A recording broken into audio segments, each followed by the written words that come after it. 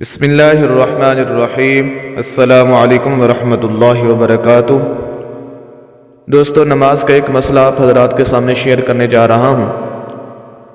ہو سکتا ہے کہ ہم اس مسئلے سے بہت زیادہ ناواقف ہوں،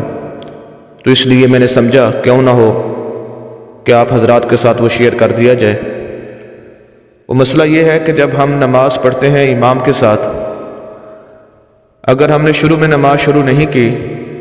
بلکہ امام کے ساتھ ہم شامل ہوئے ایسے وقت کے اندر کہ جب امام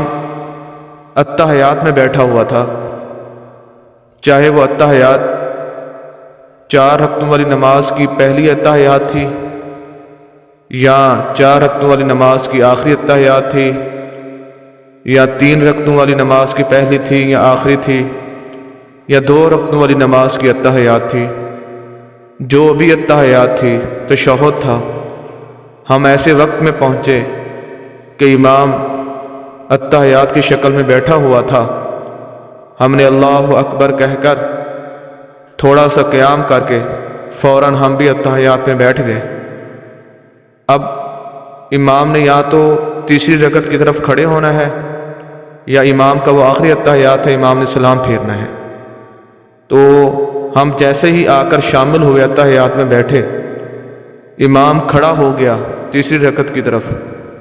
یا امام نے سلام پھیر دیا، اس کی آخری التحیات اور اس نے سلام پھیر دیا۔ اب ہمیں حکم یہ ہے کہ ہم اپنی التحیات کو پورا کر کے پھر ہم امام کے ساتھ شامل ہوں یا اپنی نماز کو پورا کریں۔ یہ نہیں ہے کہ ہم جیسے ہی امام نے سلام پھیرا ہے